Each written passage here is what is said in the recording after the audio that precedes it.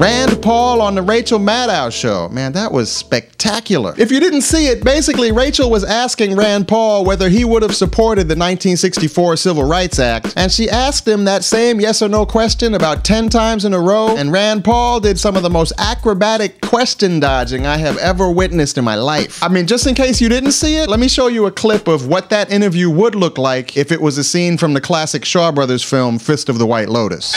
And should Woolworth lunch counters should have been allowed to stay segregated?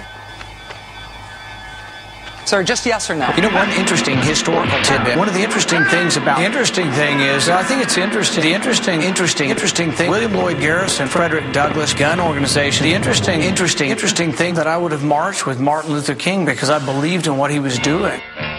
That man is a question dodging master. I think he has a black belt in here's the interesting thing jitsu. Some people are taking this interview as proof that he's a racist, that he supports discrimination. Now, I don't know if Rand Paul is racist. I don't think this interview proves that he supports racism, but it does prove his ideal government just happens to be one that would open lots of doors for racism and make discrimination of all kinds easier than it is now. Does that prove he's some hardcore racist that doesn't care about black people? No, but it does suggest he's such a hardcore purist libertarian that he cares more about this abstract set of principles than he cares about any actual people. That he's more committed to these rigid abstractions than he is to protecting the basic rights of human beings in the real world. And if that's the case, that means this Civil Rights Act thing is just the tip of the iceberg. That means there's a whole lot of situations where if Rand Paul has to describe his beliefs in detail, his beliefs are gonna sound really weird and alienating. And I think Rand Paul knows that, and that's why he's trying so hard not to describe his own beliefs in plain English. And that is the part that really bothers me. It's not even the ideological stuff so much as the craven, weaselly, insulting our intelligence, non-answer giving, cynical political hackiness of that performance. It's that this candidate, who's supposed to be the alternative to politics as usual when push comes to shove, would rather give the same old weaselly political non-answers than show the courage of his convictions and speak from the heart about his weird, alienating beliefs. Rand Paul, stop weaseling.